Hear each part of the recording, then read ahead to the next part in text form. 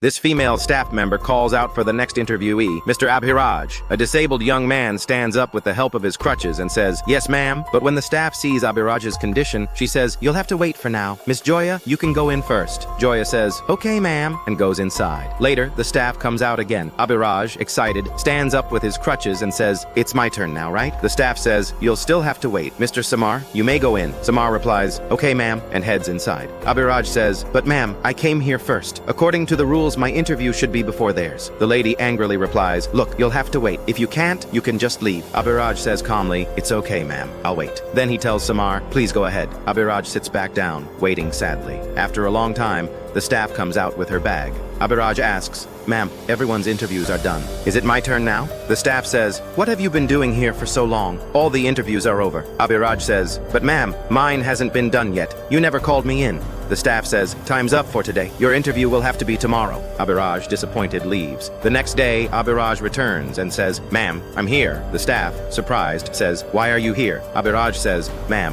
you told me to come today." The woman says, "Look, the interviews are over. You can't be selected. We don't hire disabled people." Abhiraj pleads, "I know I'm disabled, but that doesn't mean I'm incapable of working. Please give me one chance. I'll take this company to new heights." He struggles to stand and says, "Here, please look at my CV." The woman scoffs, "What will you show in your CV? You can't even stand properly. So how will you run a company? And if the company suffers a loss because of you, who will take the responsibility?" Abhiraj folds his hands, begging for a job. The woman says, "Just leave and stop bothering me." At that moment, the company's owner walks in and asks the staff, "Tanvi, what's going on here?" Tanvi says, "Nothing, ma'am. He came for an interview and I told him to leave, but he won't go." Abhiraj turns to the owner and says, "Ma'am, I came yesterday for an interview, but she didn't let me in. She told me to come today and now she says my interview won't happen because I'm disabled." The owner looks at Tanvi and asks, "Why didn't you send him to me yesterday for the interview?" Tanvi says, "Ma'am, he can't even stand properly. How will he work in our company?" The owner replies, "Tanvi, how can you speak about him like that? Even with his disability, he's still trying to stand on his own feet,